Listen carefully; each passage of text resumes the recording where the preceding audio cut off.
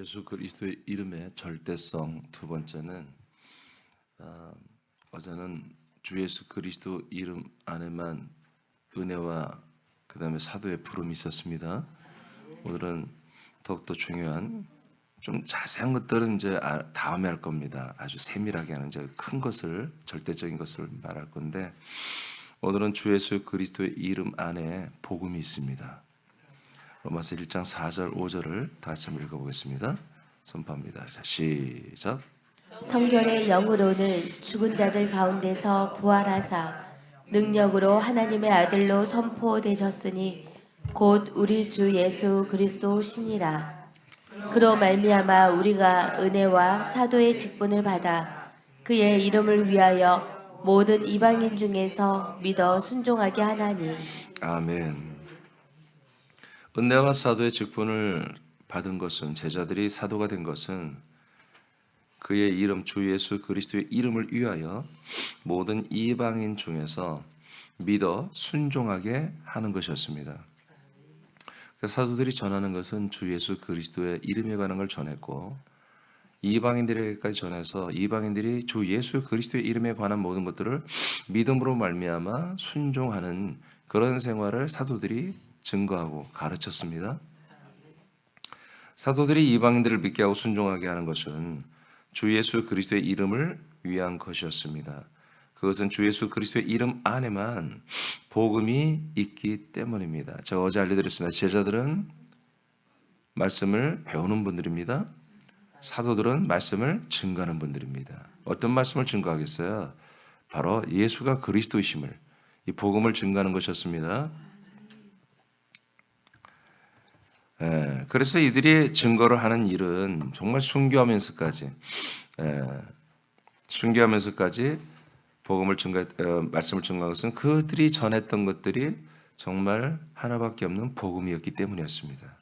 사도들이 이스라엘과 이방인들에게 복음을 전하는 이름은 여호와 혹은 예수가 아니었습니다. 오직 주 예수 그리스도의 이름이었습니다. 여호와는 약속의 복음을 예언한 것이었죠. 그죠? 복음을 예언한 것이었어요. 예수의 이름은 약속의 복음, 이 복음의 약속된 복음의 표징이었어요. 그는 할례의 제물로 드려졌습니다. 표징이었어요. 그래서 하나님의 언약이 나에게 해당이 되느냐 안 되느냐, 그 약속이 내가 지금 한마디로 믿고 있느냐 안 믿고 있느냐 한 건 증거를 대야 되는데, 첫 번째 증거는 할례의 표징이었습니다. 예수님이 나와 함께, 내가 예수님께 죽어준 그런 여러분들이 체험이 있어야 여러분 약속을 받았다는 증거물이 되는 거죠. 이제는 주 예수 그리스도의 이름만이 하나님이 사람들을 향한 언약대로 약속의 땅과 약속의 자손을 주시는 복음을 성취하는 이름입니다. 로마서 1장 9절을 여러분 한번 읽어보세요. 시작. 내가 그의 아들의 복음 안에서 내 심령으로 섬기는 하나님이 나의 증인이 되시거니와 항상 내 기도에 쉬지 않고 너희를 말하며. 아멘. 자, 9절에 보니까 지금 우리가 로마서 1장 1절부터 어제 7절까지 봤어요. 어제 7절에 은혜와 평강이 주 예수의 그리스도의 이름 안에서 있기를 7절에서 축복하고 있어요. 그렇죠? 이제 9절에 와서는 뭐라고 그래요? 9절에 와서는 아들의 복음을 말해버려요. 그러니까 주 예수 그리스도의 이름이 이제 로마서 1장 4절에서 출발하잖아요. 그 이름으로 은혜와 평강이 있고요. 그 이름으로 은혜와 사도의 직분이 시작되고요. 그리고 그 이름, 주 예수 그리스도의 이름 안에 뭐가 있어요? 그것이 바로 그 안에 복음이 있다는 거예요. 그래서 이것을 아들의 복음이라고 이렇게 표현했습니다. 아들의 복음. 그러니까 하나님의 아들의 출현, 하나님의 아들이 우리에게 약속대로 오시고 그 아들이 우리에게 복음이 된다 이거예요.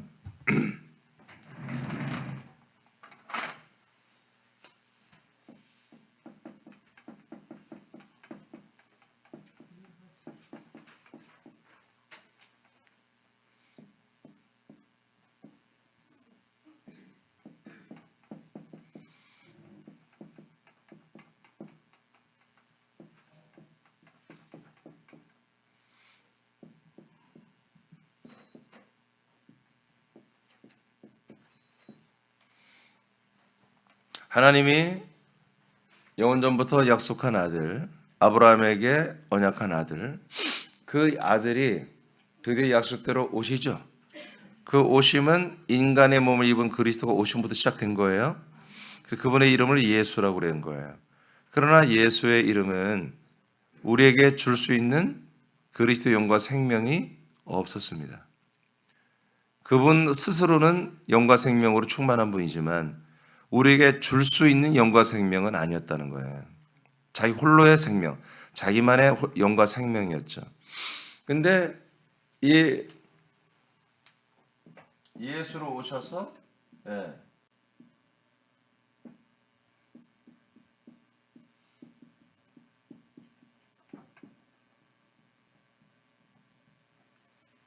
죽고 부활하시고 승천하심으로 주 예수가 그리스도가 되셨죠. 예. 그러므로 이제 약속대로 오신 분이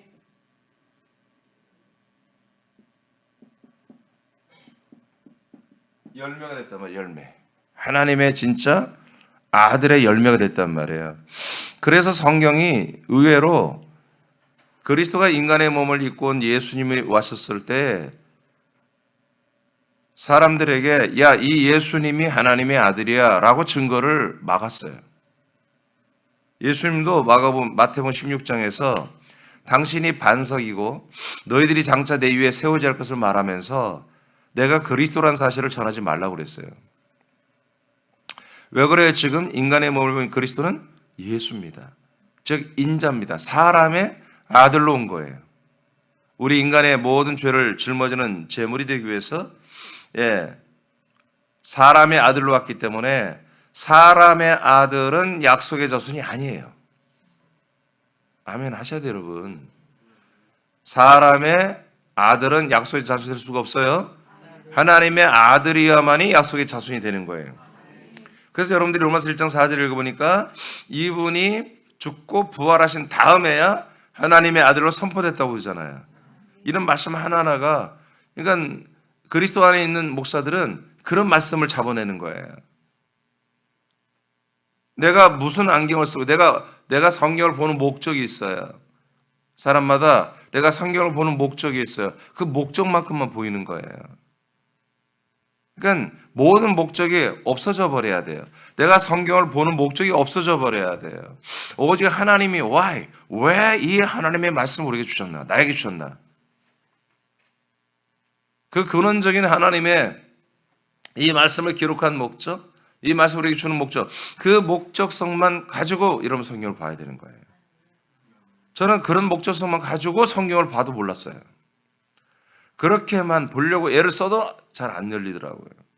근데 정말 하나님이 내 안에 들어오시고 그리스도 안에 내가 들어가니까 보여지기 시작했어요. 부활하심으로 말미암아 그분이 하나님의 아들로 선포됐죠? 네, 예수가 누구다? 하나님의 아들 그리스도다 라고 선포됐어요. 그 선포된 다음에 그 이름을 뭐라고 한다? 주 예수 그리스도로 한다고 여러분 4절에 읽었습니다. 이렇게 주 예수 그리스도의 이름에 대하여 지금 6절, 7절, 8절까지 다 말한 거거든요. 그래놓고 5절, 6절, 7절, 8절 말해놓고 9절에 와서는 주 예수 그리스도의 이름 안에 뭐가 있는 거다? 복음이 있는 거다. 주 예수 그리스도의 이름을 믿을 때 그 복음을 뭐라고 하는 거다? 아들의 복음이라고 한다.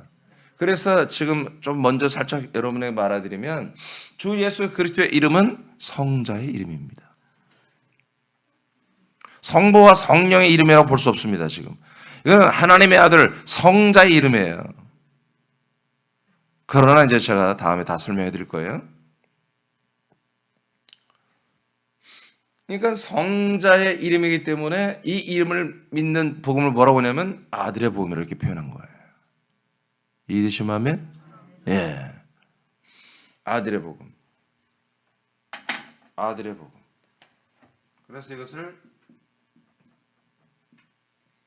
아들의 복음이라고 이렇게 사도 바울은 증거를 합니다. 자, 그 밑에 두 줄 장수나 읽으세요.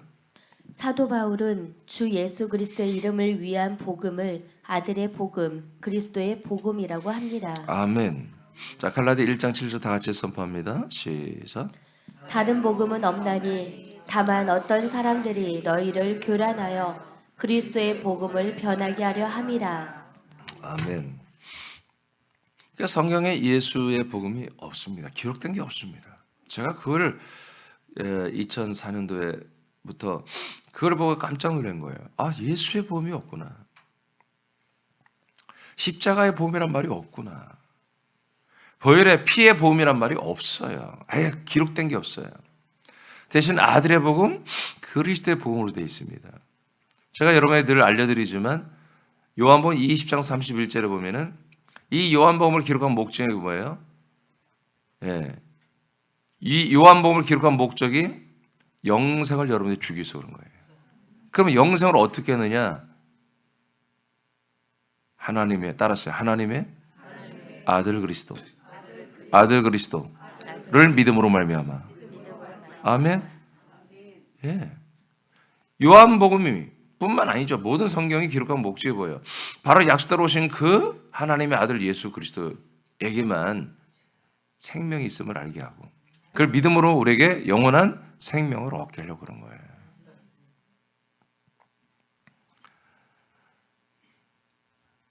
지금 우리는 어제 오늘 말씀이 사실은 저 혁명적인 말씀이라고 그랬잖아요. 제가 계속 해왔던 얘기예요. 근데 이제 정리하는 거예요. 정리하다 보면은 이게 큰 덩어리가 된 거예요. 엄청나게 큰 덩어리가 된 거예요. 그러니까 주 예수 그리스도를 믿지 아니하면 복음이 아닌 거예요, 사실은. 주 예수 그리스도를 믿어야 되는 거예요. 지금 로마서 1장 1절부터 쭉 나왔잖아요. 복음에 관하여는 1장 1절부터 복음을 말하는 거예요. 2절에 아들에 관한 것이란 것을 말합니다. 그 아들이 누구냐? 그리스도에서 예수로. 예수에서 주 예수 그리스도의 이름을 가진 분이다. 그 이름으로 말미암아 은혜가 오고 사도의 직분이 세워졌다. 그래서 사도들은 이제 그 이름을 위하여 또 그 이름으로 은혜와 평강이 있기를 성도들을 축복하는 이런 일을 하기 시작했다. 9절에서는 그 이름의 복음이 뭐냐? 바로 아들의 복음이었다. 1절부터 9절까지 일목요일 복음으로부터 딱 1장 1절 2절의 복음, 이 복음에 대한 것을 시작해서 9절에 와서 그 복음이 뭐냐? 바로 주 예수 그리스도의 이름을 믿음으로 말미암아 우리에게 구원을 이루어 주시는 바로 아들의 복음이다. 그래서 아들의 복음을 믿는 자들은 하나님의 아들이 되는 거죠.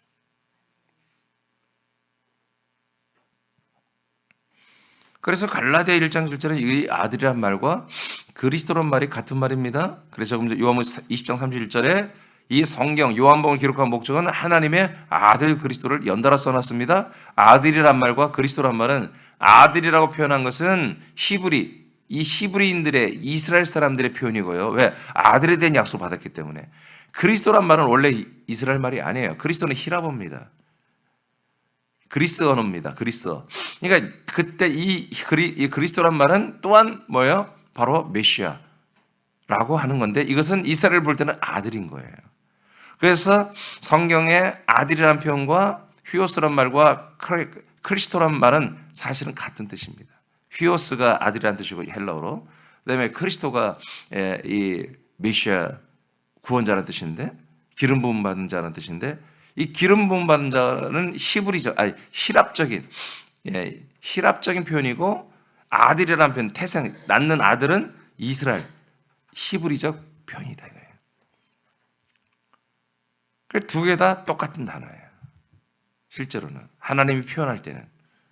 그래서 그리스도의 복음도 아들의 복음이고 아들의 복음도 그리스도의 복음이에요. 이해됐어요? 알겠어요? 오케이. 사도행전 11장입니다. 자, 11장에서 복음이 완전 전파되는 것이 사도행전이잖아요. 자, 2장부터 복음이 선포됐는데, 자, 11장 17, 18절을 크게 선포합니다. 시작.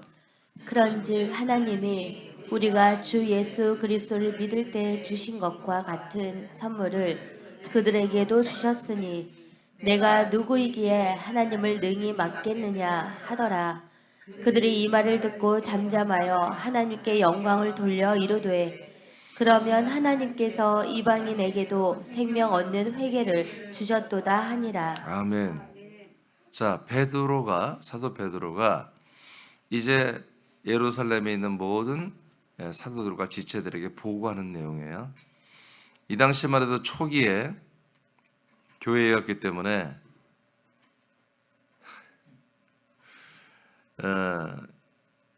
그렇게 그리스도의 몸된 교회 이 말씀이 체계 있게 세워지지 않았어요. 계속 통치를 받고 있는 그런 시기이기 때문에.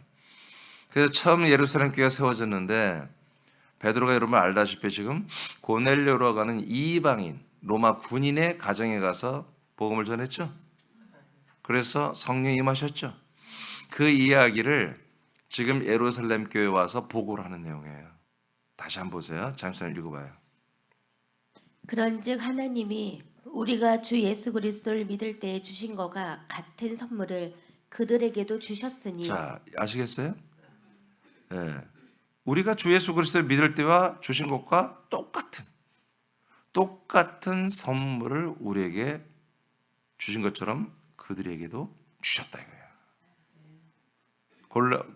고넬료의 가정에서 복음을 전할 때 우리가 예수님이 말한 대로 했더니 성령 세례와 그리스도를 받은 것처럼 이 고넬료의 과정에도 똑같이 일어났다고 보고하고 있죠. 이것이 보다 그 다음에는 이방인에게도 생명을 얻게 하는 그런 회개가 그 집에서 일어나기 시작했다. 할렐루야. 회개를 위한 회개가 아니죠. 죄사함을 위한 죄사함이 아니죠. 생명을 얻게 하는 그런 죄사함, 회개가 우리에게서 일어난 것처럼 고넬료의 집에도 똑같이 일어났습니다. 그런데 제일 먼저 어떤 전제가 있어요? 우리가 뭘 믿을 때? 크게 얘기해서 시작. 우리도 주 예수 그리스도를 믿었고 고넬료의 가족과 친척들도 주 예수 그리스도의 이름을 믿었다는 거예요. 그럼 바울이 가서 뭘 전했다는 거예요?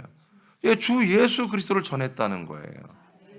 물론 사도행전에는 예수님의 그 죽으심에 대한 이야기를 할 때 막 이렇게 성령이 내려왔다고 표현되어 있지만 여하튼 이 보고 내용을 보면은 사도 바울은 다 기록이 안 돼 있지만 주 예수 그리스도를 믿게 한 거예요. 아멘입니까? 아멘입니까? 그러니까 제가 지금까지 말하는 것이 내가 만들어 놓은 틀이 아니라니까. 어떤 이들은 목사님이 만들어 놓은 어떤 그 틀대로 교인들을 이끌어 가려고 한다 하는데 난 그런 재주가 없어요. 그럴 용기도 없고요. 여러분 그렇게 하면 다 지옥 가는데 누가 미쳤다고 내가 그런 일을 합니까? 여러분 성경에 여러분 미로처럼 비밀처럼 성경에 이렇게 주 예수 그리스도의 복음이 감춰져 있는 거예요. 근데 이게 감춰진 게 아니야. 다 오픈돼 있어. 오픈돼 있는데 제가 늘 얘기한 것처럼 지금 교리라고 하는 것이 정통 교리라고 하는 것이 성경에 기록되지 않았는데 유추 해석을 해가지고 만들어낸 그 구속사의 그 교리를 정통으로 보고 그거 아니면 다 이단으로 몰아가니까 어느 누구도 이것을 연구할 엄두를 안 내는 거예요. 근데 저도 뭐 이렇게 연구하려고 한 게 아니라 저는 계속 성경을 더 깊이 알고 싶고 온전히 알고 싶고 성경 앞뒤가 안 맞는 게 너무 많고 그래서 목회를 이제 못하겠다고 하는 입장에 서가지고 그래도 마지막에 내가 한번 맞춰보자 하는 가운데 수년을 하다가 한 4년 이상 그렇게 맞추다가 안 되겠다고 그러면 포기하는 상태에서 주님이 나를 찾아와 버리시고 그리고 이 말씀의 세계를 그리스도 안에서 열어주셔. 그래서 알게 된 거예요. 봤더니 전부 완전히 여러분 제가 왜 이렇게 말씀에 대해 자신감을 갖습니까? 내가 뭐가 이렇게 창작이 아니라 창작의 고통이라면 나 이거 못해요. 새벽스럽게 하나하나가 여러분 거의 논문이야. 짧은 내용 같지만 이건 내가 만들어낸다면 근데 여기에 완전히 노다지야. 노다지. 이 안에 그냥 완전히 생명의 말씀으로 가득 차 있는 거예요. 그래서 제가 처음에는요 걱정이 됐어요. 와 이거 내가 이렇게 설교를 많이 해가지고 금방 미천이 드러나는 거 아닌가. 근데 전혀 아니에요. 우리가 또 성장한 만큼 이 말씀이 또 우리의 그만큼 우리에게 똑같은 구절이라도 우리의 믿음이 자라는 만큼 그 말씀이 다르게 역사해요. 우리가 한 구절을 말씀을 들을 때, 볼 때, 믿을 때, 먹을 때 점점 우리의 믿음이 커지고 생명이 커질수록 또 그 말씀 먹는 분량이 다르다고요. 이 말씀 믿습니까? 사도행전 11장 17, 18절 그 이스라엘 예루살렘에 하나님이 예수님이 부르신 그 131명의 사도와 성도들이 믿었던 게 뭘 믿었다? 주 예수 그리스도를 믿었다고 기록된 이 말씀을 여러분 믿겠냐고요. 그리고 고넬료의 집에 가서 이들이 전도할 때도 주 예수, 베드로가 전도한 게 주 예수 그리스도를 전도했더니 그들이 믿더라. 이 말씀 믿겠냐고요. 그럼 우리 새남교는 어때야 되겠어요? 당연히 우리도 주 예수 그리스도를 믿어야죠. 그래야 뭐요? 우리에게 구원이 있는 거죠. 이거를 아들의 보험이라고 이렇게 표현했다는 거예요. 사도행전 2장으로 가보겠습니다. 28장으로 갑니다. 이제 30, 31절 시작. 바울이 온 이태를 자기 셋집에 머물면서 자기에게 오는 사람을 다 영접하고 하나님의 나라를 전파하며 주 예수 그리스도에 관한 모든 것을 담대하게 거침없이 가르치더라. 아멘. 이건 뭐냐면 사도 바울이 로마의 감옥에 2년 동안 같이 있었잖아요. 그것을 말합니다. 그러니까 어떻게 보면 이번에 마지막 사역이죠. 물론 여기서 풀려났지만 바로 또 잡힙니다. 그래서 순교 당하는데 이분이 마지막까지 전한 게 뭐였어요? 마지막에 전한 게 뭐예요? 주 예수 그리스도에 관한 모든 것을 담대하게 거침없이 가르쳤다고 그랬습니다. 믿어집니까? 그러면 여러분 이민준이라는 목사는 어떻게 됐습니까? 똑같이 이렇게 해야 되죠. 나는 여호와 이름을 증거할 수 없습니다. 예수의 이름만을 증거할 수 없습니다. 그리스도의 이름만을 증거할 수 없습니다. 주 예수 그리스도의 이름을 증거해야 되는 것입니다. 주 예수 그리스도에 관한 모든 것들을 여러분 가르쳐야 되는 거예요. 여러분들은 그럼 어떻게 해야 됩니까? 주 예수 그리스도에 관한 모든 말씀과 믿음만을 여러분들 요구해야 됩니다. 지금 오늘날 교인들이 이런 것을 전혀 몰라요. 이 진리를 전혀 몰라요. 생명을 전혀 모르기 때문에 엉뚱한 것만 자꾸 목사한테 요구하는 거예요. 엉뚱한 것만. 말도 안 되는 것만 요구하는 거예요. 여러분 교회는 복지시설이 아니에요. 교회 나라 정부가 아닙니다. 시 도정이 아닙니다. 시정도 도정도 아닙니다. 그건 그리스도의 몸이란 말이에요. 그리스도의 몸에 들어왔으면 여러분 그리스도의 몸에 있는 것을 요구해야지. 그렇죠? 전혀 철천마다 어디 야외도 가야 되고 뭣도 해야 되고 이런 정말 정신 나간 여러분 정말 오늘 이 내용들을 앞으로 좀 더 할 거예요. 오늘 딱 선을 긋는 것이거든요. 주 예수 그리스도의 이름 안에만 복음이 있습니다. 이건 하나님이 한 번도 바꾼 적이 없습니다. 하나님이 영원 전부터 그리고 1992년 전 그분이 죽고 부활하고 승천한 이 주 예수 그리스도의 이름을 선포한 그 순간 이후부터 단 한 번도 이 복음을 아들 그리스도의 복음을 바꿔본 적이 없는데도 불구하고 구교와 신교는 다른 교리를 만들어 버렸습니다. 예. 그러니까 지금 구교와 신교도 이제 맞지 않죠. 교리가 안 맞아요 전혀. 캐톨릭과 지금 이 개혁교회가 안 맞는다는 거죠. 당연히.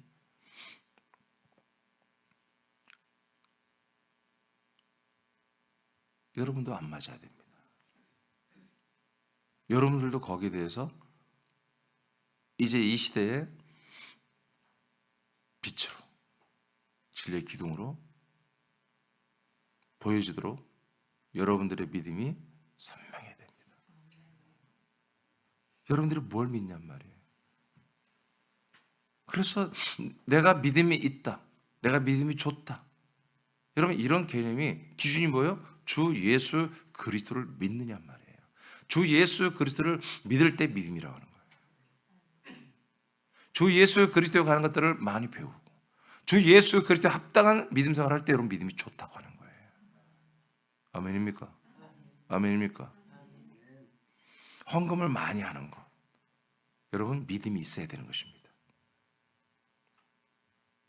전도하는 거 믿음이 있어야 되는 것입니다. 전도하는 것보다 더 어려운 게 뭐예요? 그들을 양육하는 거잖아요. 그러니까 책임지는 거. 그게 믿음이 있어야 되는 것입니다. 그런데 우리가 전도하는 것, 헌금하는 목적이 다르다면 그들의 믿음은 다른 믿음이에요. 우리는 헌금하는 목적이 분명합니다. 우리는 전도하는 목적이 분명합니다. 여러분 예배하는 목적이 분명합니다. 그렇죠?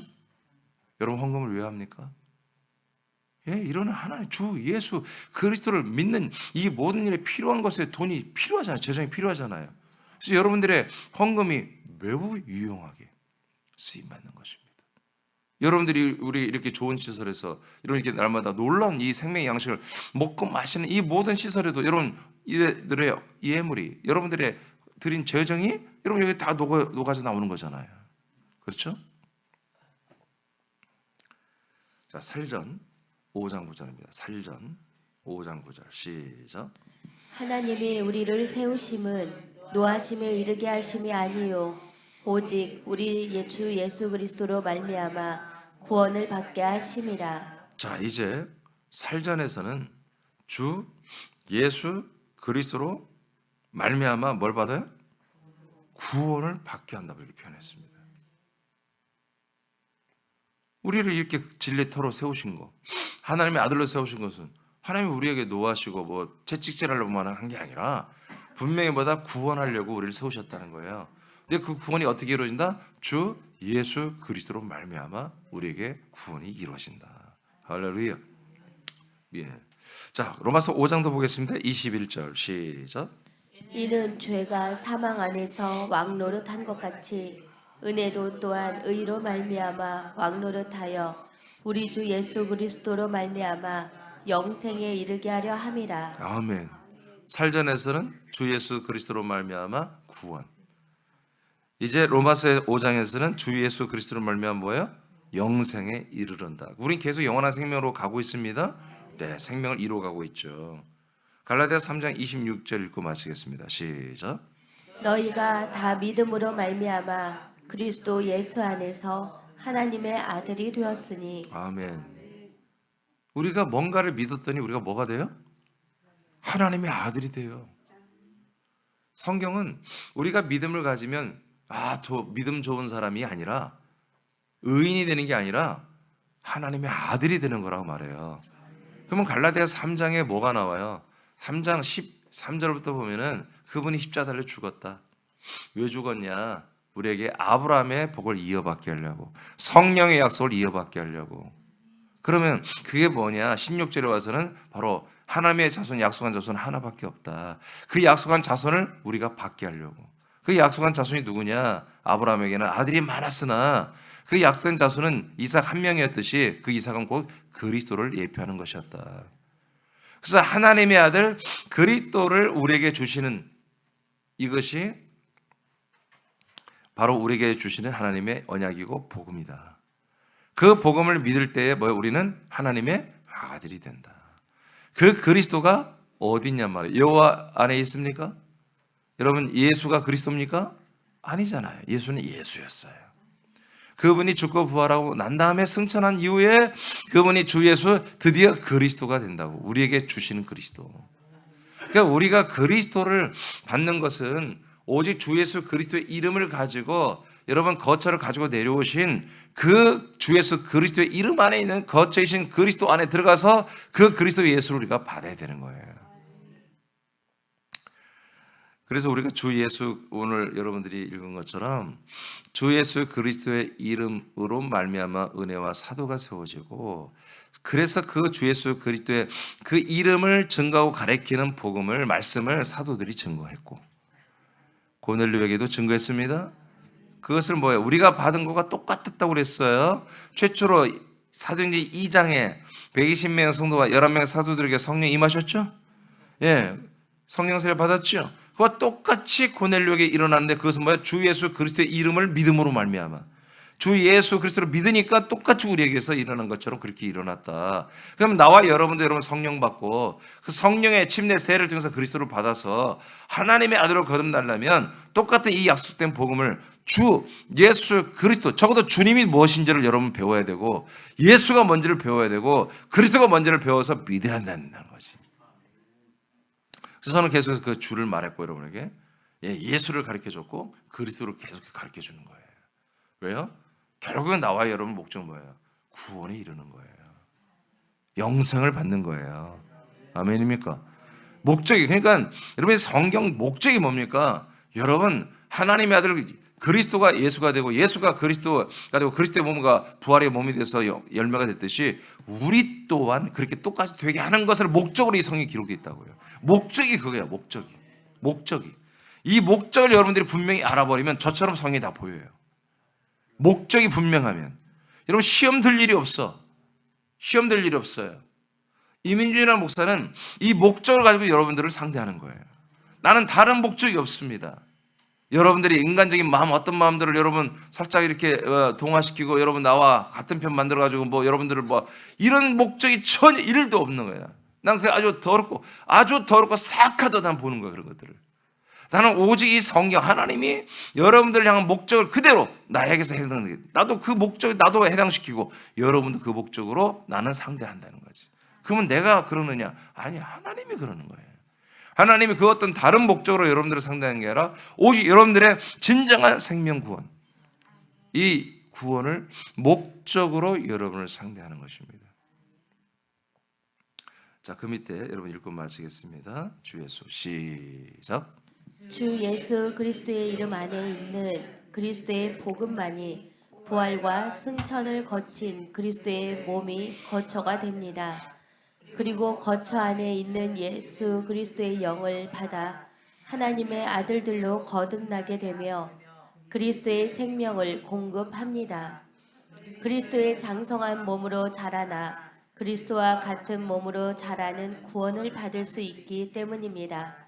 이것이 가능한 건 주 예수 그리스도의 이름 안에 우리를 구원하는 복음이 있기 때문입니다. 아멘. 간단히 말하면 우리는 자라나는 생명권을 지금 받고 있잖아요.